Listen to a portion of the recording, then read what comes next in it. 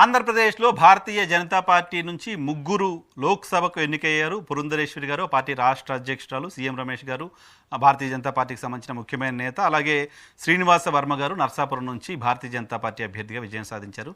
So వీళ్ళ ముగ్గురులో కనీసం ఇద్దరికి కేంద్ర మంత్రి పదవులు వస్తాయంటూ భావిస్తూ వచ్చారు. సో అటువంటి ప్రచారం కూడా విస్తృతంగా జరిగింది. బట్ అనూహ్యంగా కేవలం శ్రీనివాస వర్మ గారు మాత్రమే అక్కడ మంత్రి పదవిని దక్కించుకున్నారు. మంత్రి పదవి రేసులో ముందుంటారు, సీనియర్ నాయకులుగా ఉన్నారు అనుకున్న పురంధేశ్వరి గారిని, సీఎం రమేష్ గారిని పక్కన పెట్టి శ్రీనివాస వర్మకు భారతీయ జనతా పార్టీ అధిష్టానం అవకాశం కల్పించింది. సో పురంధేశ్వరి గారి కంటే, సీఎం రమేష్ గారి కంటే శ్రీనివాస వర్మ భారతీయ జనతా పార్టీలో సీనియర్ నాయకుడు, 30 సంవత్సరాలుగా భారతీయ జనతా పార్టీ కోసం పనిచేస్తూ ఉన్నారు. ఆయన బయట ప్రపంచానికి ఆయన పెద్దగా తెలియకపోయినప్పటికీ అక్కడ స్థానికంగా మాత్రం అందరికీ తెలుసు. సో భారతీయ జనతా పార్టీకి సంబంధించిన ముఖ్యమైన నేతగా ఆయన అక్కడ కంటిన్యూ అవుతున్నారు. సో పార్టీ కోసం సుదీర్ఘకాలంగా పనిచేస్తూ ఉన్న వాళ్ళను గుర్తించే పదవులు ఇస్తున్నాము అనే ఇండికేషన్ భారతీయ జనతా పార్టీ ఇక్కడ శ్రీనివాస వర్మకు పదవి ఇవ్వడం ద్వారా చేసింది అనే ఇంప్రెషన్ కలుగుతోంది. సో ఈయన నిన్న కొన్ని సంచలన వ్యాఖ్యలు ఇద్దరు ఎంపీలని పక్కనే కూర్చోబెట్టుకుని చేశారు. ఆ వ్యాఖ్యలు ఏంటో నేను మీకు వినిపిస్తున్నాను.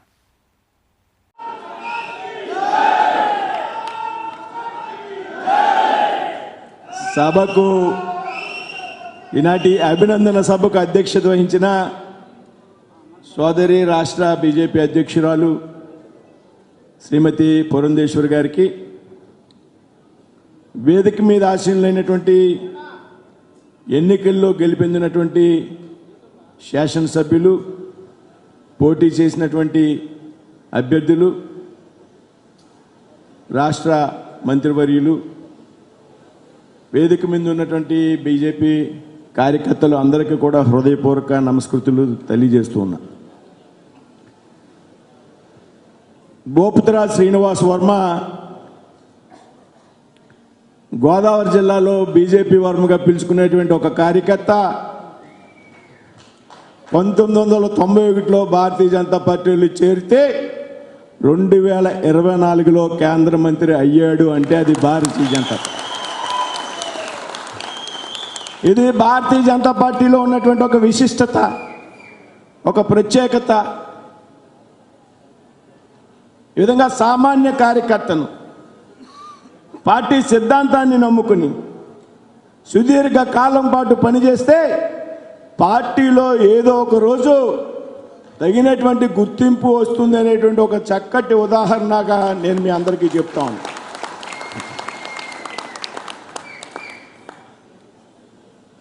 ఎన్నికల ముందు పొత్తులు ఉండాలా లేదా అనే అంశం మీద అనేక చర్చలు జరిగాయి. పొత్తులు ఉండాలా లేదా అనేటువంటిది భారతీయ జనతా పార్టీలో కేంద్ర పార్టీ తీసుకునేటువంటి నిర్ణయం. పెద్దలంతా ఉన్నారు. మిత్రులు సత్య గారితో అన్ని విషయాలు ఆవేళ పంచుకునేటువంటి సందర్భం, ఆవేళ జరిగినటువంటి సమావేశంలో పొత్తులు ఉండాలా లేదా అనేటువంటిది అభిప్రాయం చెప్పడమే మన వంతు. ఏది మంచిది అనేటువంటి నిర్ణయం కేంద్ర పార్టీ నిర్ణయం తీసుకుంటుంది. కానీ ఆవేళ బీజేపీలో పనిచేసేటువంటి సుదీర్ఘ కాలం పనిచేసినటువంటి కార్యకర్తల తరపున ఆవేళ సమావేశంలో ఉన్నటువంటి మిత్రులు కొంతమంది మేము అడిగింది ఏంటంటే, మీరు ఏ నిర్ణయం అయినా తీసుకోండి, కానీ పొత్తులు పెట్టుకున్నటువంటి సందర్భంలో భారతీయ జనతా పార్టీని నమ్ముకుని సుదీర్ఘకాలం పనిచేస్తున్నటువంటి కార్యకర్తలకు మీరు ఇచ్చేటువంటి భరోసా ఏమిటి అనేటువంటి విషయాన్ని మాత్రం మేము అడిగాం. రాజకీయాల్లో అందరినీ ఆహ్వానించాలి, కొత్త వ్యక్తుల్ని, సమర్థతతో ఉన్నటువంటి వ్యక్తుల్ని కూడా ఆహ్వానించాలి.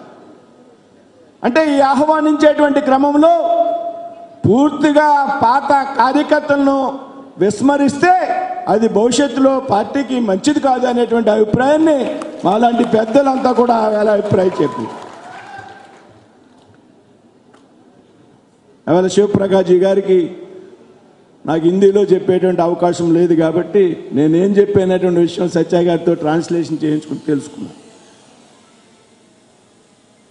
ఈ నేపథ్యంలో పొత్తులు కూటమిగా ఏర్పడడం, దానిలో భాగంగా నర్సాపురం పార్లమెంటు భారతీయ జనతా పార్టీ కేటాయించడం జరిగింది.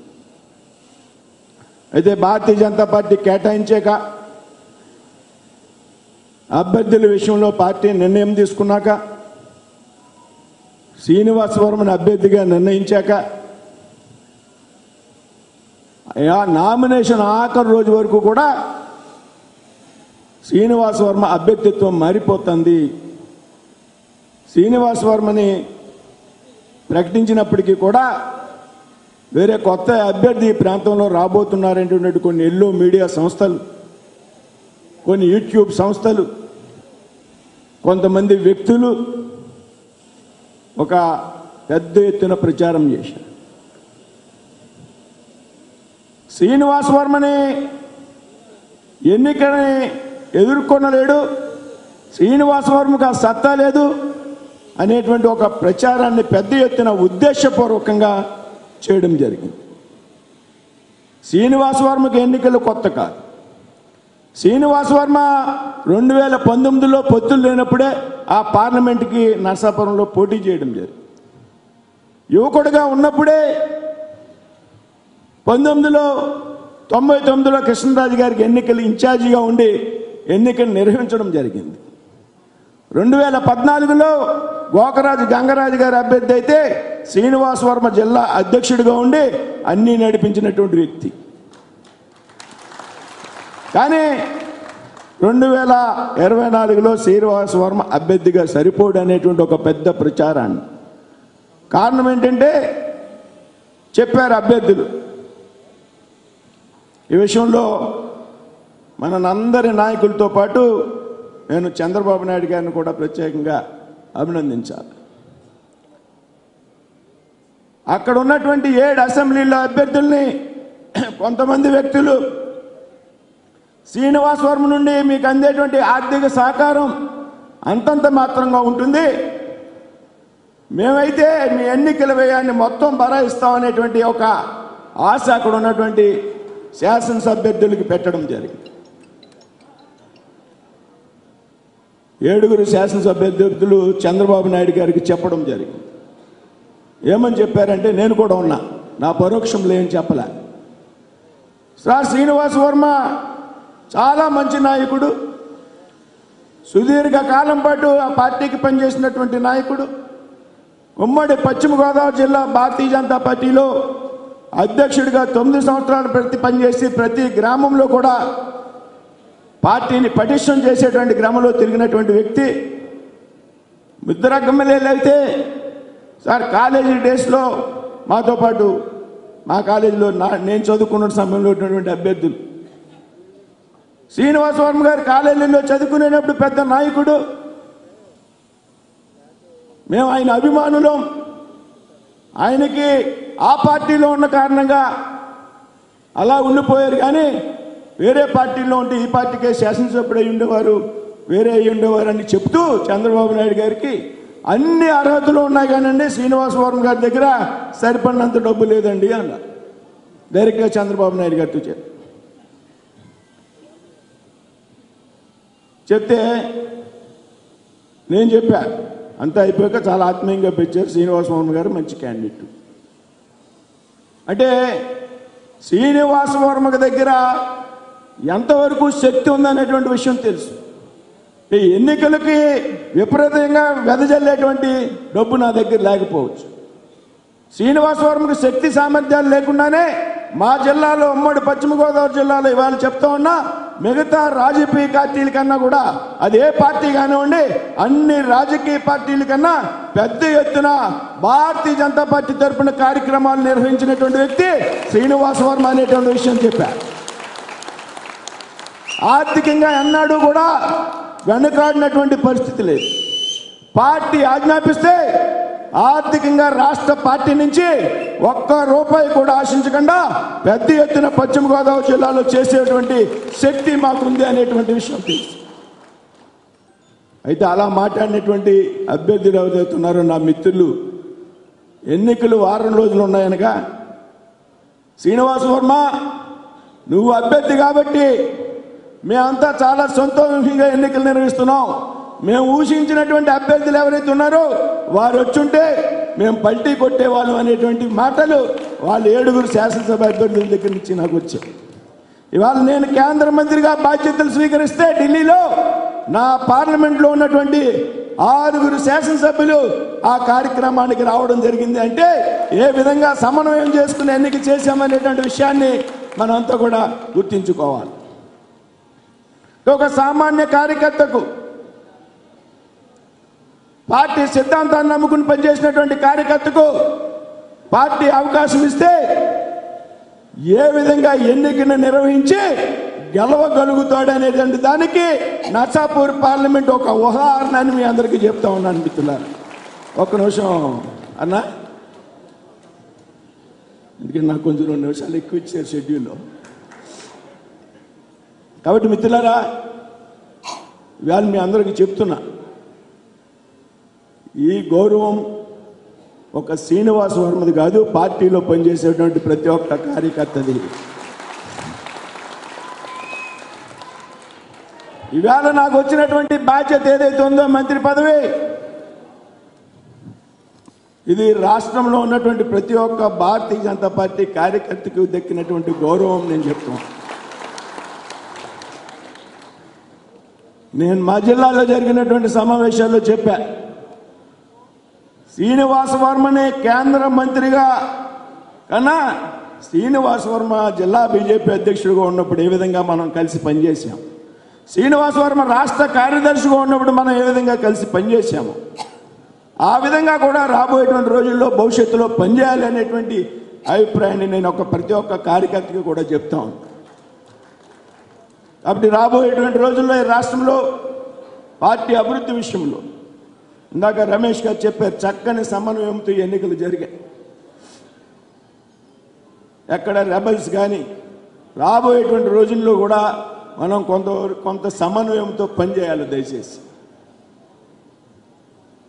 కాబట్టి ఈ విధంగా పనిచేసి రాష్ట్రంలో బీజేపీ అభివృద్ధికి, రాష్ట్ర అభివృద్ధిలో కూడా మన యొక్క పాత్రని పోషించాల్సినటువంటి అవసరం ఉంది మిత్రులారా.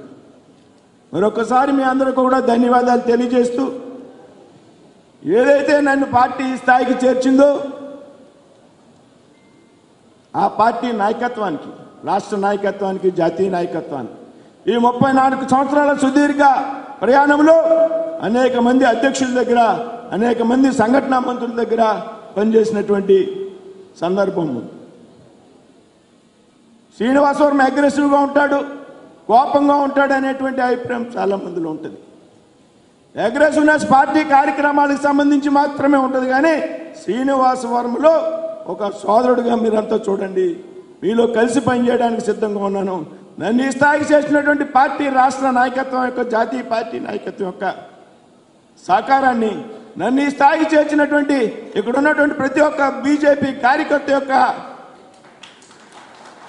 కృషిని కూడా నేను ఏనాడు ఎప్పుడూ మర్చిపోనేటువంటి విషయం చెప్తా ఉన్నాను.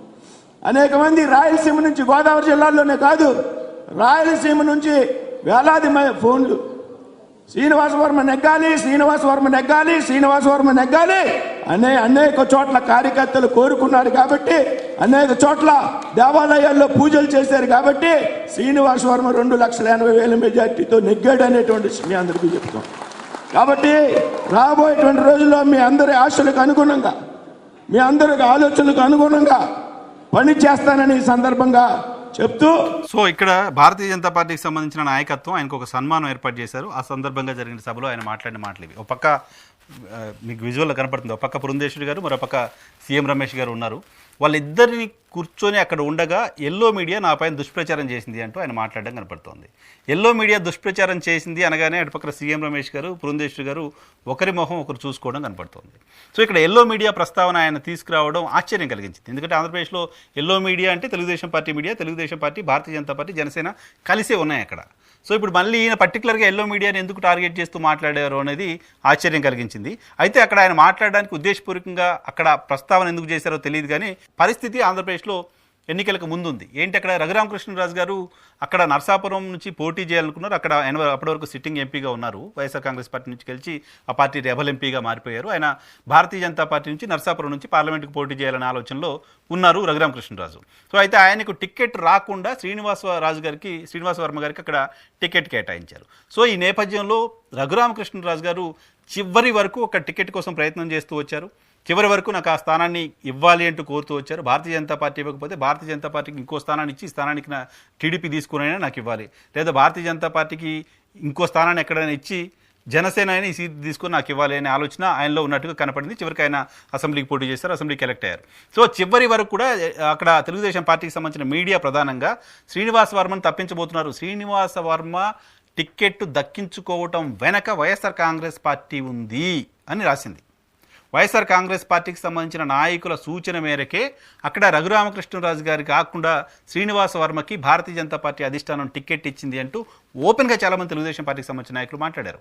సో ఈ కుట్ర ఎందుకు జరిగిందో, ఎవరు చేశారో నాకు తెలుసు అనే మాట ఈవెన్ రఘురామకృష్ణరాజు గారు కూడా మాట్లాడారు. ఇక్కడున్న కొంతమంది నాయకులతో కలిసి జగన్మోహన్ రెడ్డి కుట్ర చేసి తనకు టికెట్ రాకుండా చేశారనే మాట కూడా ఆయన మాట్లాడారు. సో దాన్ని దృష్టిలో పెట్టుకుని శ్రీనివాస వర్మ గారు ఈరోజు ఈ మాట మాట్లాడారు. నిజానికి అది ఆ సందర్భంలో మాట్లాడాల్సిన మాట కాదు, ఎందుకు ఆయన ఆ మాట అక్కడ మాట్లాడారో తెలియదు. కానీ ఆయన ఓ పక్క పురంధేశ్వరి గారిని, మరో పక్క సీఎం రమేష్ గారిని కూర్చోబెట్టుకుని ఎల్లో మీడియా గురించి విమర్శలు చేస్తూ ఉండడం అనేది ఖచ్చితంగా వాళ్ళిద్దరూ షాక్కి గురయ్యారనే విషయం ఆ వీడియో చూస్తున్నప్పుడు మనకు అర్థమవుతోంది. సో శ్రీనివాస్ వర్మ ఇప్పటికే భారతీయ జనతా పార్టీకి సంబంధించిన ఒరిజినల్ లీడర్షిప్గా, ఒరిజినల్ అంటే ఎక్కువ కాలం సుదీర్ఘకాలం ఆ పార్టీలో పనిచేస్తున్న నాయకుడిగా ఉన్నారు. మిగతా వాళ్ళంతా ఇతర పార్టీల నుంచి వలసలో వచ్చిన నాయకులుగా చూస్తున్నారు. ఆ రిఫ్ట్ భారతీయ జనతా పార్టీలో ఎప్పుడూ ఉంటుంది. ఇక్కడ తెలంగాణలో కూడా మొదటి నుంచి ఉన్న నాయకత్వానికి బయట పార్టీల నుంచి వచ్చిన నాయకత్వానికి మధ్య రిఫ్ట్ కనపడుతుంటుంది.